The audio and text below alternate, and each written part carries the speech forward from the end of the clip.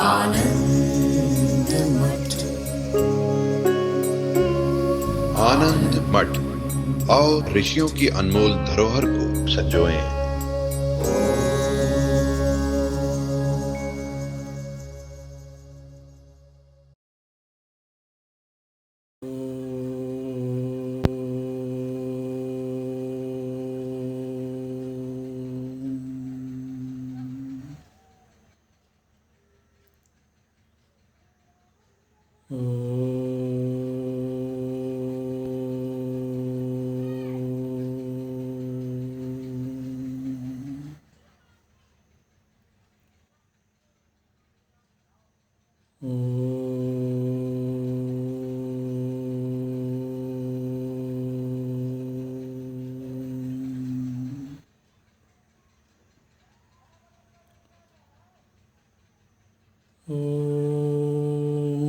भद्रं कर्णेभिः शृणुयाम देवाः, भद्रं पश्येमाक्षभिर्यजत्राः, स्थिरैरङ्गैस्तुष्ट्वागुंसस्तनूभिः व्यशेम देवहितं यदायुः।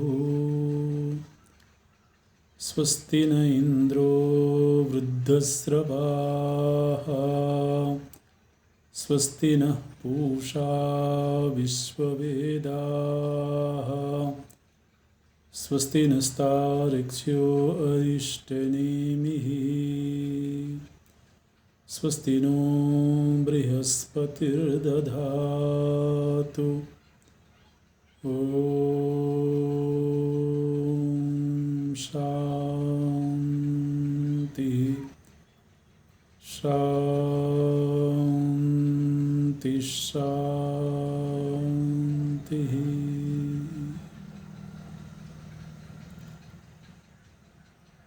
सच्चिदानन्दरूपाय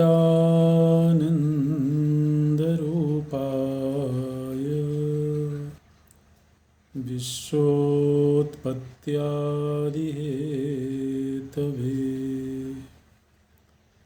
तापत्रयविनाशाय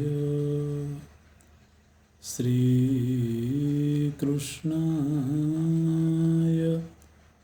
वयं नमः।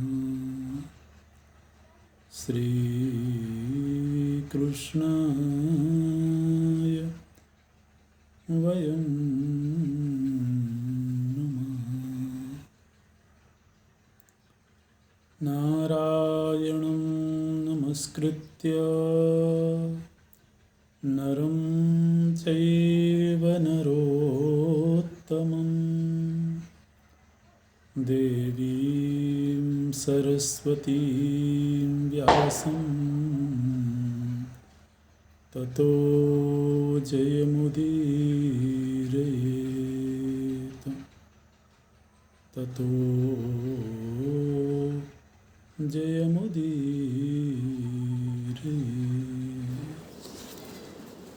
भगवान वेदव्यास जी के अनुग्रह से धृतराष्ट्र जी को आँखें प्राप्त हुई और उन्होंने अपने पुत्रों को देखा। ये अपने आप में एक बड़ी अलौकिक घटना थी, जिसमें कि महाभारत में जितने लोग मृत हुए थे उन सभी को वेदव्यास जी ने प्रकट किया और वो सभी अपने परिजनों से मिलते हैं।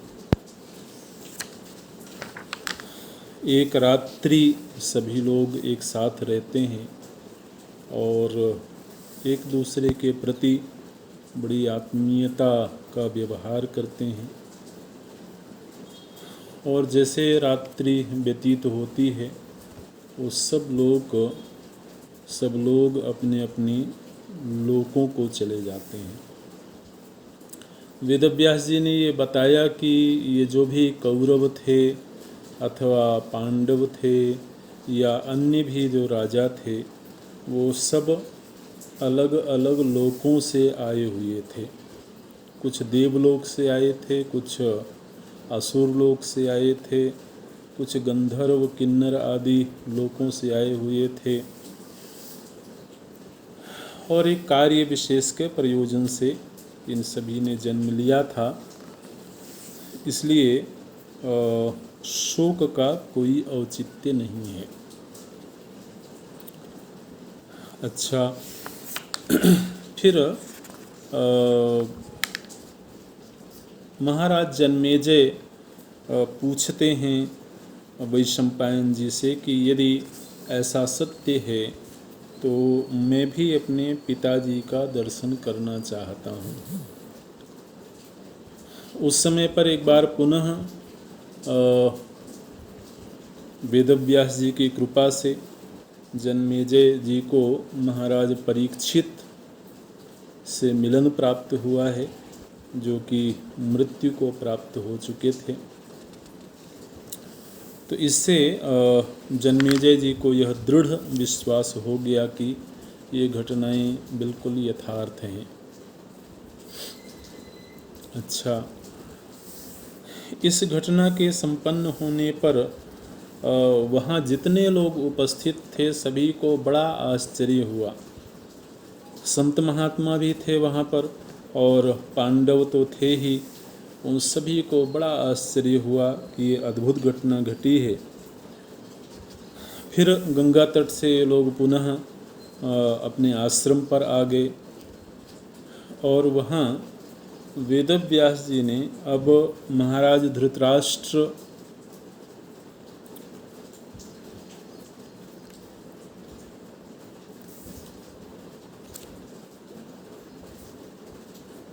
तो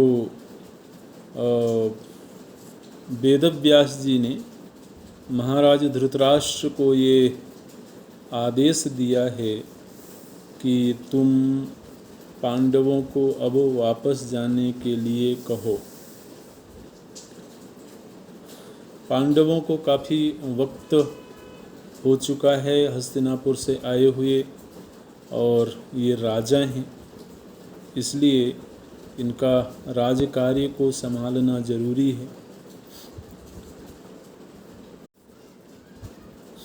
तो वेदव्यास जी ने धृतराष्ट्र जी को ये आदेश दिया है कि अब इन पांडवों को तुम वापस जाने के लिए कहो।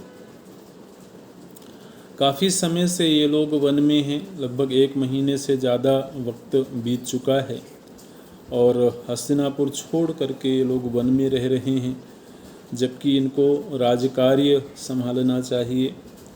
इसलिए आप इन्हें जाने की आज्ञा दीजिए। धृतराष्ट्र जी ने युधिष्ठिर जी को बुला करके और आदेश दिया है कि तुम अब वापस हस्तिनापुर जाओ। युधिष्ठिर जी बहुत खिन्न हैं, दुखी हैं और वो कहते हैं कि मैं आपकी सेवा में रहता हूँ और अन्य जो मेरे भाई हैं वो चले जाएं हस्तिनापुर और वही लोग राजकार्य देखें। उस समय पर धृतराष्ट्र जी ने कहा कि देखो, तुम लोग जब तक यहाँ रहोगे तब तक हमारी तपस्या में विघ्न रहेगा। तुम लोग जब यहाँ पर नहीं आए हुए थे उस समय पर हम घोर तपस्या में संलग्न थे, लेकिन तुम्हारे आ जाने के कारण हम लोगों की तपस्या अभी वैसी नहीं हो रही है। माता गांधारी जी ने भी यही बात कही कि तुम लोगों के आ जाने से हमारी तपस्या में व्यवधान हो रहा है, रुकावट आ रही है। और यही बात माता कुंती जी ने भी कहा कि तुम लोगों को अब वापस हस्तिनापुर लौट जाना चाहिए। बड़े बेमन से ये लोग उस तपोवन से वापस हस्तिनापुर जाते हैं और अपना राज कार्य संभालने लगे हैं। पांडवों को तपोवन से वापस आए हुए लगभग 2 वर्ष व्यतीत हो गए। 2 वर्ष व्यतीत होने पर एक दिन हस्तिनापुर में देवर्षि नारद का आगमन हुआ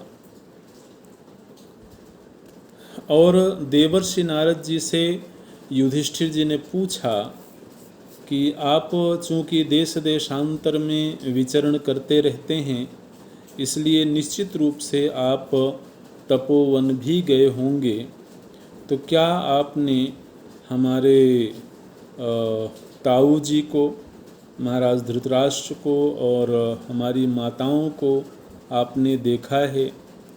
वो इस समय पर किस दशा में हैं? आप कृपा करके उनकी कुछ खबर दीजिए।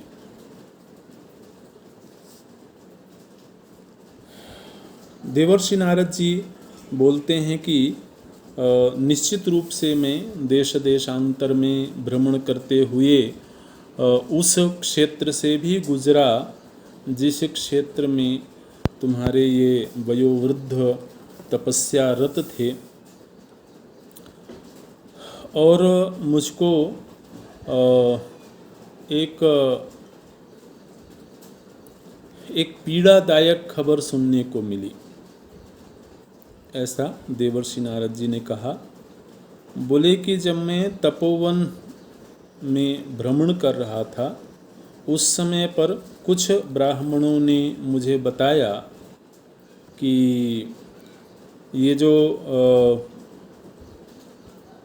धृतराष्ट्र हैं, गांधारी हैं, माता कुंती हैं, संजय हैं, ये लोग उस कुरुक्षेत्र को छोड़ करके कुछ दिनों के बाद गंगा द्वार, जिसको आज हरिद्वार कहा जाता है, शास्त्रों में उसका नाम गंगा द्वार है, तो ये लोग कुरुक्षेत्र में रह रहे थे, वहाँ आश्रम था, वहाँ तपस्या कर रहे थे।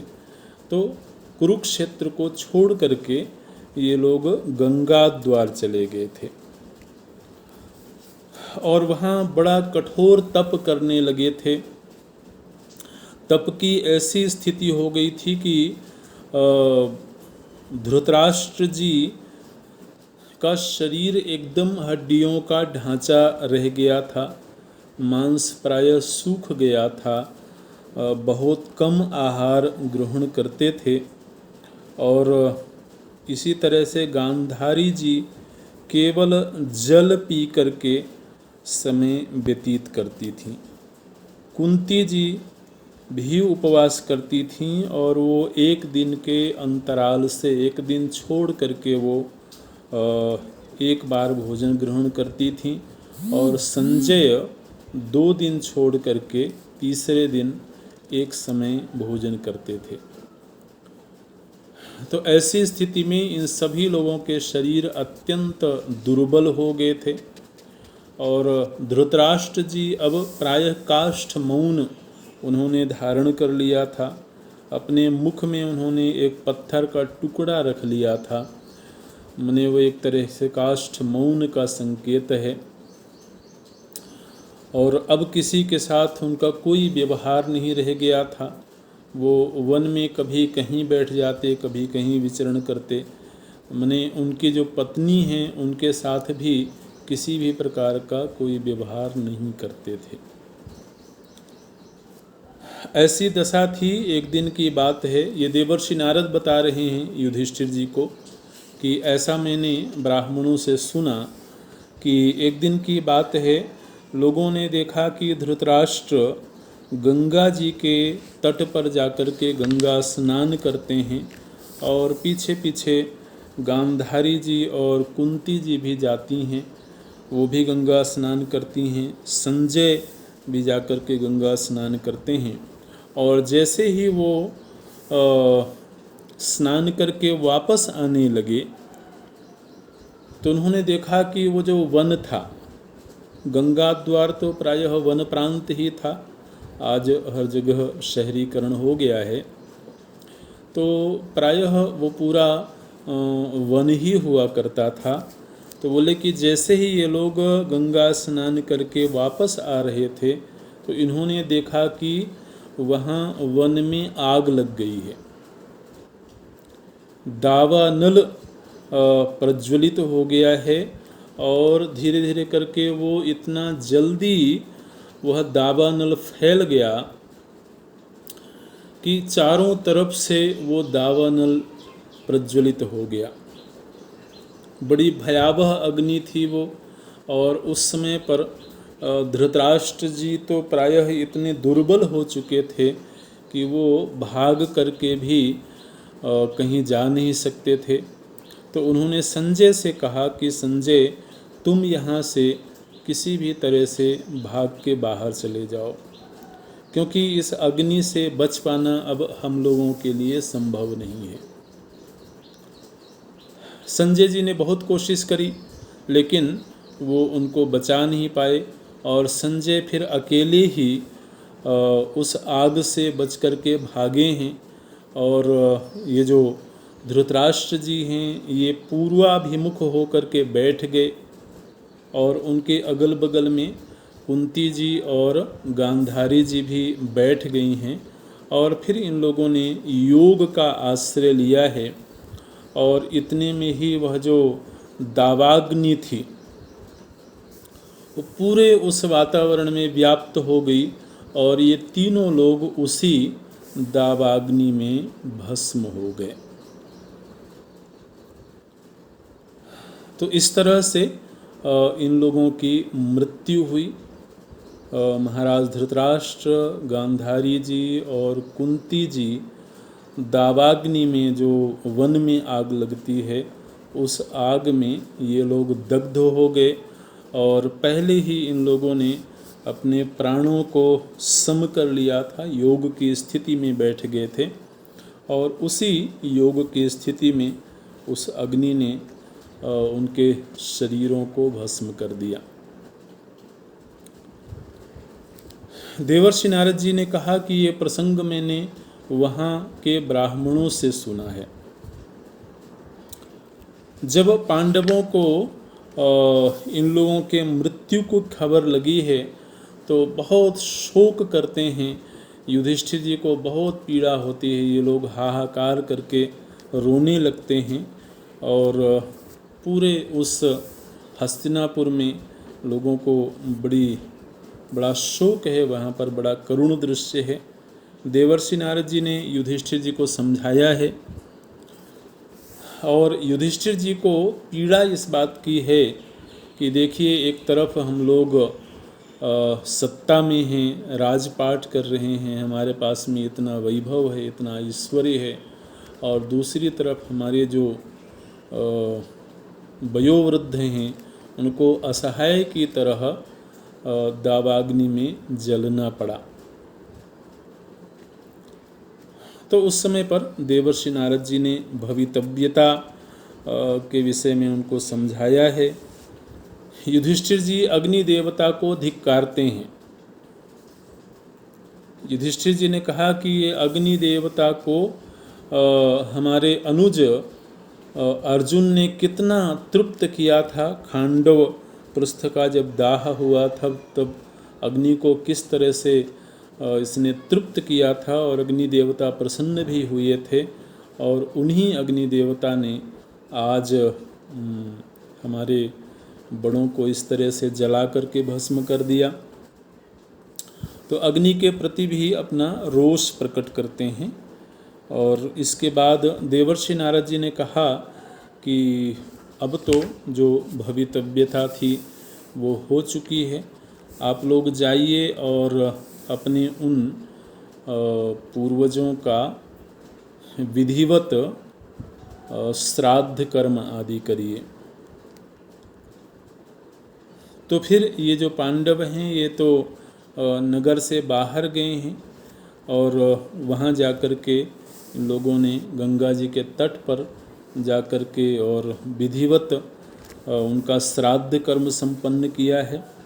और गंगा द्वार में जहाँ ये लोग भस्म हुए थे वहाँ भी कुछ लोग गए हैं और उन्होंने उन जगहों को खोज करके ब्राह्मणों से पूछ करके और वहाँ जो अस्थियाँ पड़ी हुई थी धृतराष्ट्र जी की, कुंती जी की, गांधारी जी, उन अस्थियों का संचय करके और उनको गंगा जी में प्रवाहित किया है।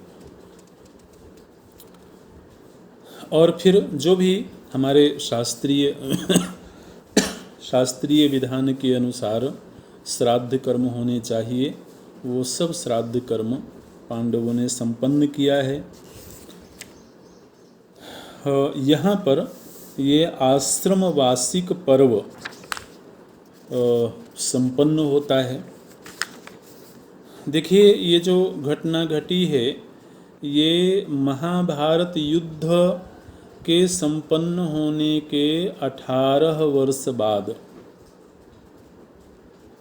15 वर्ष तक तो ये राजमहल में ही रहे हैं धृतराष्ट्र जी, गांधारी जी और माता कुंती।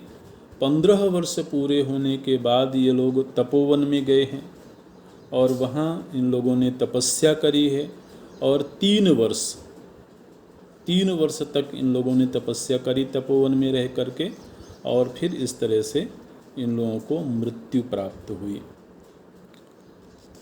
तो महाभारत युद्ध के 18 वर्ष पूरे होने पर इन लोगों ने देह त्याग किया है। अच्छा, अब इस आश्रम वार्षिक पर्व के बाद अगला जो पर्व है मौसल पर्व। आगे 3 पर्व हैं, मौसल पर्व है, फिर महाप्रस्थानिक पर्व है और स्वर्गारोहण पर्व है।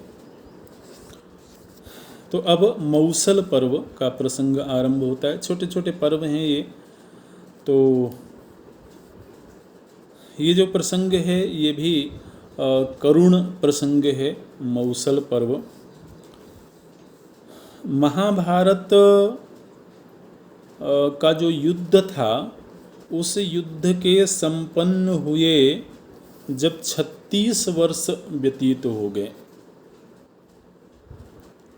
तो 36वां वर्ष जब प्रारंभ हुआ उस समय पर महाराज युधिष्ठिर देखते हैं कि प्रकृति में बड़े अपशकुन हो रहे हैं, बड़े बड़े भयावह अपशकुन हो रहे हैं, बड़ी भयावह घटनाएं घट रही हैं।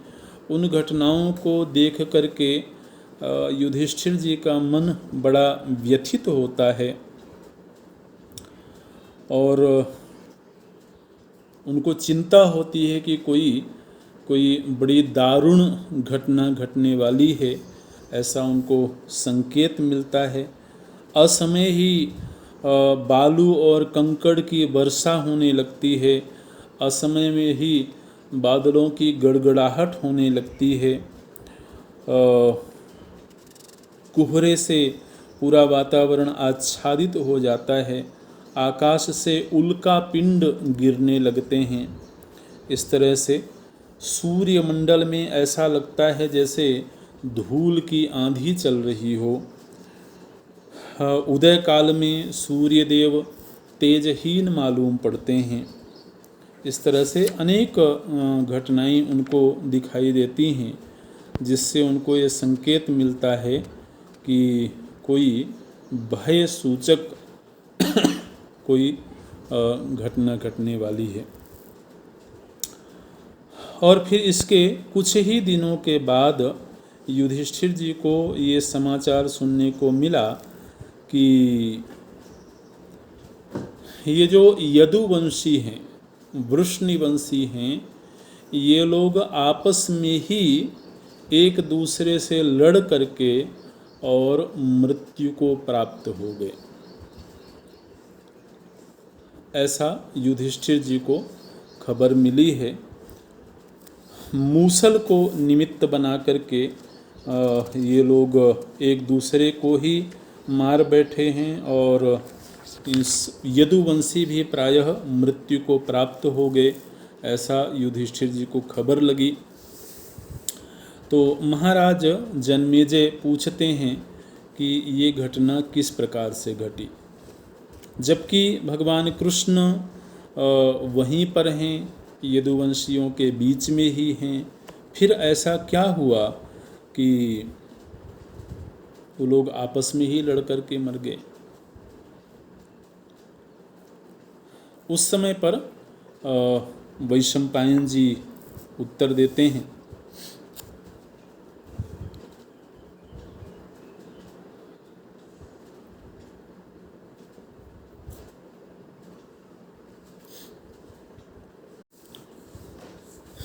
तो महाराज जन्मेजय जी ने पूछा है कि ये घटना किस प्रकार से घटी, यदुवंशियों का आपस में वैर किस प्रकार से हुआ और एक दूसरे के वो दुश्मन कैसे बन गए, ये कृपा करके आप थोड़ा विस्तार से बताइए। तो वैशंपायन जी बताते हैं कि एक बार ऐसा हुआ कि विश्वामित्रं च कण्वं च नारदं च तपोधनं सारणप्रमुखा वीरा ददृशुः द्वारकां गतान् तेतान् साम्बं पुरस्कृत्य भूषयित्वा स्त्रियं यथा अब्रुवन्नुपसंगम्य दैवदण्डनिपीडिताः। बोलते हैं कि एक बार ऐसा हुआ कि विश्वामित्र जी, कण्व ऋषि, देवर्षि नारद और इसी तरह से अनेक ऋषि एकत्र होकर के द्वारका गए हुए थे और द्वारका में वो उस नगरी से बाहर एक उपवन में ठहरे हुए थे। और उस समय पर द्वारका में जो युवक थे, उन युवकों की बुद्धि कुछ बिगड़ गई और भवितव्यता वैसी ही होनी थी। तो बोले कि उन लोगों ने सांब को स्त्री के वस्त्र पहनाए। सांब ये भगवान कृष्ण के ही संतान हैं। तो उनको अनेक बालकों ने मिलकर के, युवकों ने मिलकर के उनको स्त्री का वस्त्र पहनाया और उसके पेट को थोड़ा सा बड़ा कर दिया, जैसे कि कोई गर्भवती स्त्री हो, इस तरह से। और फिर सामने से घूंघट भी कर दिया। और फिर ये लोग लेकर के उन ऋषि महात्माओं के पास में गए और उन ऋषि महात्माओं के साथ एक तरह से विनोद करने के भाव से ये लोग गए। और वहाँ जाकर के इन लोगों ने कहा कि महर्षियों, ये बभ्रू की पत्नी है। बभ्रू एक वहीं यदु हैं, एक यादव हैं, यदुवंशी हैं। तो उन्होंने कहा कि ये बभ्रू की पत्नी है और इसको पुत्र की लालसा है। तो आप कृपा करके बताएं कि क्या इसके घर में संतान की प्राप्ति होगी, इसके गर्भ से पुत्र उत्पन्न होगा। ऐसा जब उन यादवों ने, यदुवंशियों ने उन ऋषियों से कहा, तो वो ऋषि तो सब कुछ जानते थे, आर पार की बात जानते थे। तो उनको बड़ा क्रोध आया और क्रोध में आकर के उन्होंने डांटा है इन यदुवंशियों को और बोले कि उन ऋषियों ने कहा कि ये भगवान कृष्ण का पुत्र सांब है और इसके पेट से एक मूसल पैदा होगा और वह मूसल लोहे का होगा और उसी मूसल के कारण तुम सभी यदु और वृष्णिवंशियों का विनाश हो जाएगा। ऐसा ऋषियों ने एक तरह से शाप दे दिया ये कह सकते हैं, या जो भवितव्यता थी, जो अवश्यम भावी घटना होने वाली थी, उसकी उन्होंने सूचना दी।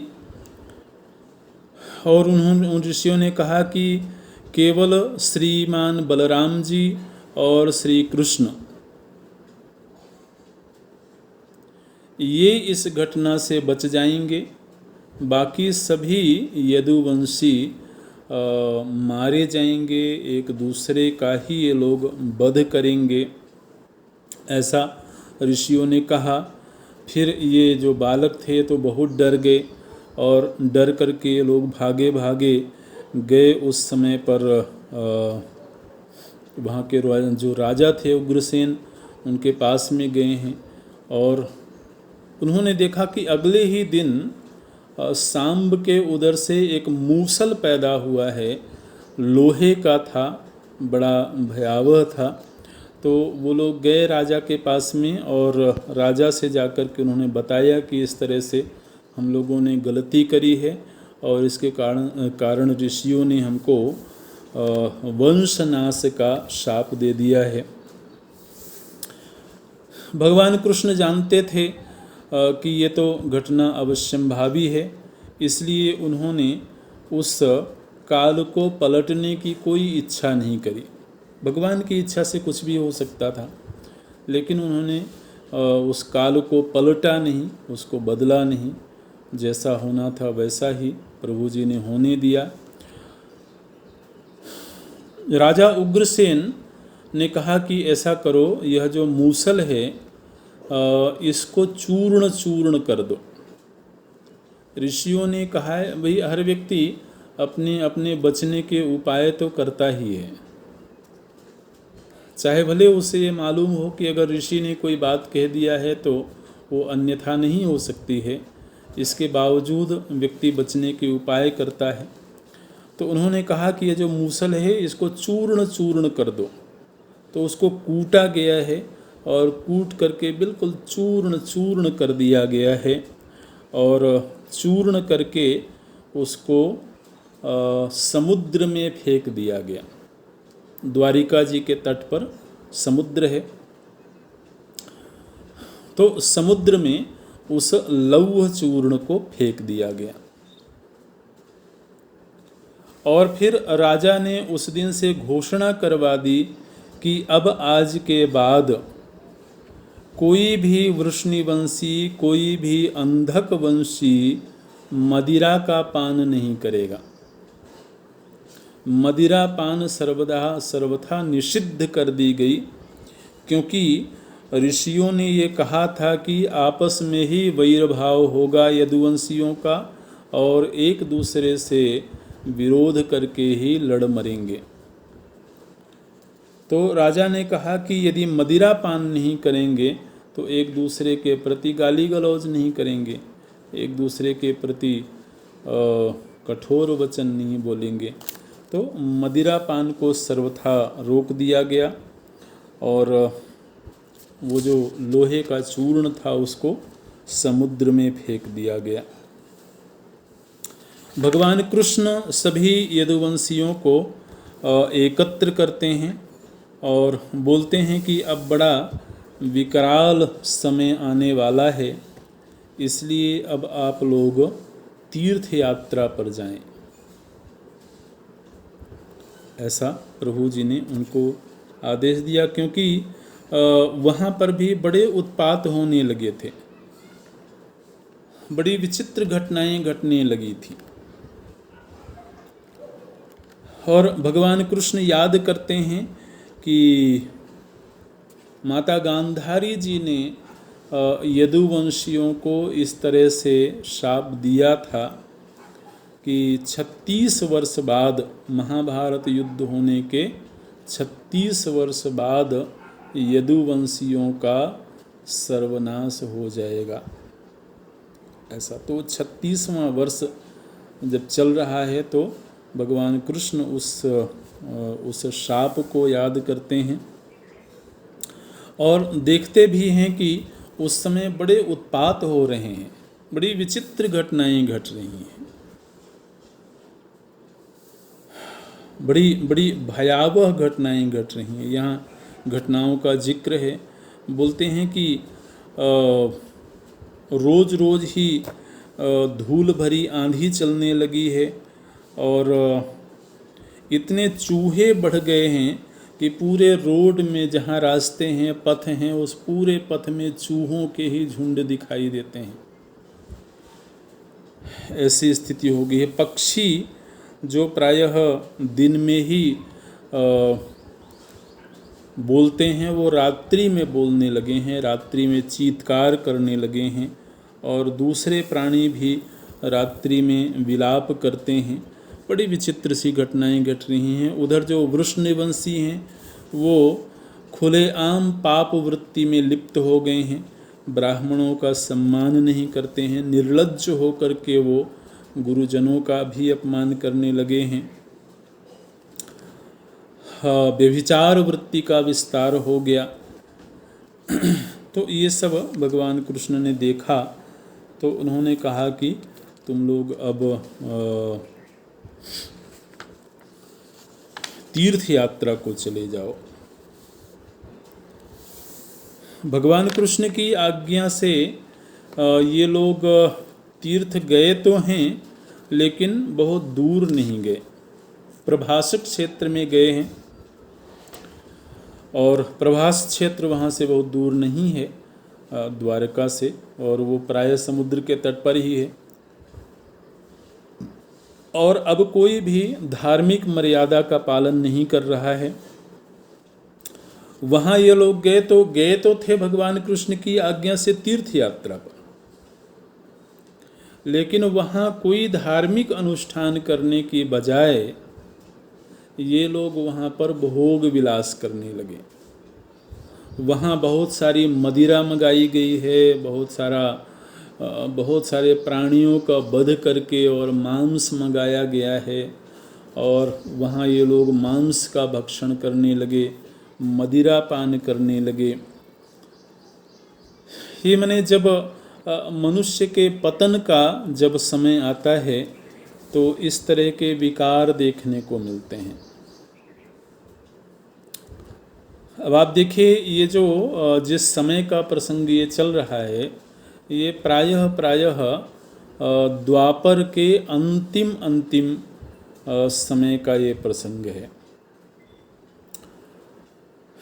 तो इस प्रसंग से क्या दिखाई देता है कि जो नवयुवक हैं, नई पीढ़ी के लोग हैं, वो ऋषि मुनियों का सम्मान नहीं करते हैं, महात्माओं का सम्मान नहीं करते हैं। जिस समाज में महात्माओं का इतना सम्मान, इतना आदर होता हो, उसी समाज के जो लोग हैं, नवयुवक हैं, वो उनके साथ इस तरह का छलपूर्ण व्यवहार करते हों। एक पुरुष को स्त्री का वेश बना करके ले जाते हैं और बड़ा भद्दा सा विनोद करते हैं, तो कहीं न कहीं उन ऋषियों का अपमान होता है।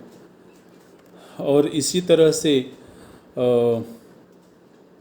जो तीर्थ यात्राएं हैं, वहाँ पर साधन भजन की जगह, धार्मिक अनुष्ठान की जगह पर्यटन होने लगे, भोग विलास होने लगे। तो ये सब एक तरह के संकेत हैं कि धर्म का पतन होने लगा है, अधर्म की वृद्धि होने लगी है।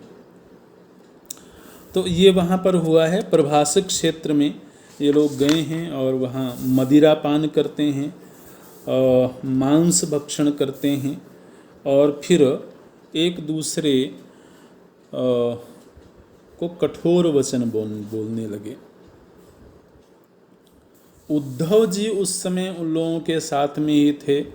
उद्धव जी ने देखा कि अब यहाँ का वातावरण ठीक नहीं है, तो उद्धव जी ने अपने उन सभी परिजनों से विदा लिया है और उन्होंने सोचा कि मैं इन लोगों के बीच नहीं रहूँगा। उनको भी ऐसा भान हो गया था कि अब इस वंश का प्रायः नाश होने वाला है। तो अपने परिजनों को प्रणाम करके उनसे विदा ले करके और वो फिर गए हैं भगवान कृष्ण और बलराम जी से भी विदा लेते हैं, और फिर वहाँ से तो उद्धव जी चले गए हैं दूसरे तीर्थों की यात्राओं पर। वो इस उपद्रव का भागी नहीं बनना चाहते थे। उद्धव जी भगवान के परम भक्त हैं। और फिर वो जो यादव हैं, वो यादव आपस में ही एक दूसरे से लड़ने लगे। लड़ाई कैसे आरंभ हुई है? तो बोलते हैं कि यदुवंशियों में एक यदु हैं कृतवर्मा। ये जो कृतवर्मा हैं, इन्होंने कौरवों का साथ दिया था। जिस समय पर महाभारत युद्ध हुआ था, उस युद्ध में कृतवर्मा ने कौरवों का साथ दिया था। और जिस समय पर अश्वत्थामा के द्वारा पांडवों के 5 पुत्रों को सोए हुए स्थिति में वध किया गया था रात्रि में, उस समय भी कृतवर्मा ने इन लोगों का साथ दिया था। कृपाचार्य, अश्वत्थामा और कृतवर्मा, ये 3 ही लोग थे जिन्होंने रात्रि में जाकर के और उन बालकों का वध किया था। तो कृतवर्मा के प्रति भगवान कृष्ण के मन में रोष था। और भगवान कृष्ण के जो सबसे प्रिय साथी हैं, वो हैं सात्यकी। सात्यकी हमेशा भगवान कृष्ण के साथ रहे। तो सात्यकी के मन में भी कृतवर्मा के प्रति बड़ा वैरभाव था। तो यहाँ से ये लड़ाई आरंभ हुई। सात्यकी ने कहा कि मैं इस कृतवर्मा का वध कर दूंगा, इस कृतवर्मा को मार दूंगा। और कृतवर्मा के साथ में अन्य बहुत सारे यदुवंशी थे। तो इन लोगों ने आपस में ही युद्ध आरंभ कर दिया। सात्यकी का साथ देने के लिए भगवान कृष्ण के जो पुत्र हैं प्रद्युम्न, वो भी साथ हो लिए। और फिर इन लोगों ने जाकर के लड़ाई आरंभ कर दी। यदुवंशियों की संख्या ज़्यादा थी, इसलिए उन लोगों ने सात्यकी और प्रद्युम्न का वध कर दिया। प्रद्युम्न का भी वध हो जाने के बाद फिर उनके जो और भाई थे, वो सब बड़े कुपित हुए और फिर उन लोगों की लड़ाई आरंभ हो गई। भगवान कृष्ण वहीं थे, लेकिन उन्होंने किसी को रोका नहीं। ना तो किसी के पक्ष से वो लड़े और ना ही किसी को रोका। बलराम जी वहाँ नहीं थे। बलराम जी को भी भान हो गया था कि अब भयंकर समय आ गया है, इसलिए बलराम जी पहले ही दूसरे वन में चले गए थे और वहाँ वो योग साधना करने लगे थे। इधर उस समुद्र के तट पर एक घास उगी हुई थी। उस घास का नाम है एरका। एरका नाम की जो घास है, वो घास बड़ी नुकीली होती है। तो उस घास को उखाड़ करके जब ये लोग एक दूसरे को मारने लगे, तो वो घास ही मूसल का रूप धारण कर लेती थी। वो जो लौह चूर्ण इन्होंने समुद्र में फेंक दिया था, वह लौह चूर्ण ही समुद्र के तट पर घास बन करके पैदा हो गया था। इसलिए वो उस घास के तिनके को भी उठा करके किसी को मारते तो वज्र की तरह वो हो जाता था। और उसी को हथियार बना करके इन यदुवंशियों ने एक दूसरे को मार दिया। भगवान कृष्ण के देखते देखते उनके पुत्र सांब, चारुदेशन, प्रद्युम्न और उनके पौत्र अनिरुद्ध, इन सब का वध हो गया। भगवान कृष्ण ने देखा कि प्रायः यदुवंशी मारे जा चुके हैं और ये घटना द्वारिका में नहीं घटी है। प्रभु जी ने पहले ही इन लोगों को द्वारिका से निकाल दिया था। प्रभु जी ने कहा था कि तीर्थ में चले जाओ, और वो ये लोग चले गए थे प्रभास क्षेत्र में। तो वहाँ जा कर के ये लोग आपस में लड़ करके और प्रायः मृत्यु को प्राप्त हो गए। उस समय पर केवल 3 लोग वहाँ पर शेष थे। भगवान कृष्ण, उनके सारथी हैं दारुक और बभ्रू, ये भी यदुवंशी हैं। 3 लोग केवल बचे। तो भगवान कृष्ण को चिंता हुई बलराम जी की। बलराम जी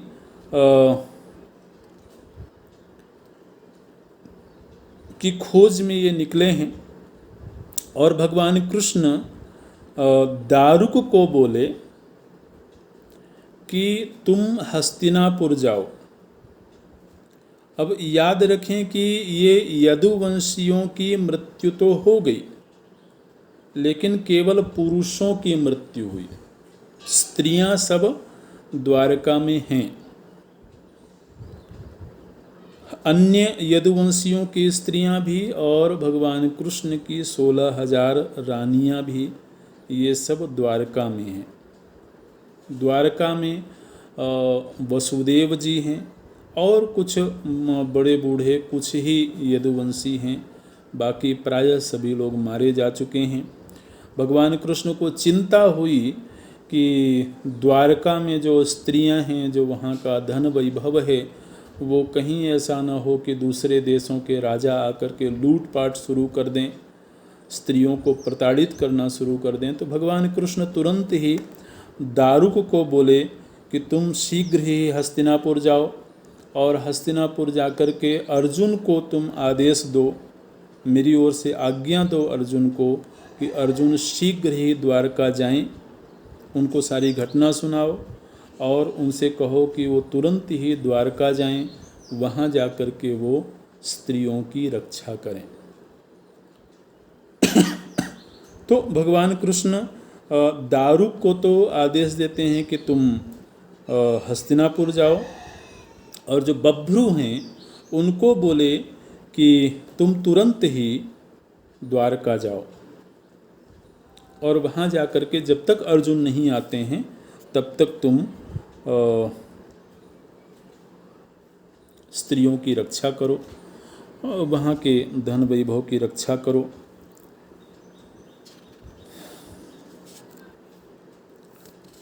और भगवान कृष्ण चल पड़े बलराम जी की खोज में। वन में वो गए हैं तो जाकर के उन्होंने देखा है कि भगवान कृष्ण वो बलराम जी योग साधना में बैठे हुए हैं। योग साधना में बैठे हुए उन्होंने देखा, और तब तक भगवान कृष्ण को ये खबर मिली कि बभ्रू, जिनको द्वारका भेजा गया था, किसी व्याध के द्वारा बभ्रू का भी वध कर दिया गया। अब भगवान कृष्ण को बड़ी चिंता हुई कि मैं बलराम जी के पास में रहूं या कि मैं द्वारका जाऊं। तो फिर उन्होंने बलराम जी से निवेदन किया कि भैया आप इस समय पर योग की स्थिति में रहें, क्योंकि भगवान कृष्ण को अब ये संकेत था कि बलराम जी भी अब लीला संवरण करेंगे। तो बोले कि मैं द्वारका जा रहा हूँ, जब तक मैं वापस ना आऊँ तब तक आप कृपा करके समाधि की स्थिति में ही रहें। ऐसा कह करके फिर भगवान कृष्ण द्वारका गए हैं। ओम पूरा करते हैं। ओम पूर्णमदः पूर्णमिदं पूर्णात् पूर्णमुदच्यते पूर्णस्य पूर्णमादाय पूर्णमेवावशिष्यते। ओम शांति शांति शांति। हरि ओम श्री गुरुभ्यो नमः। हरि ओम।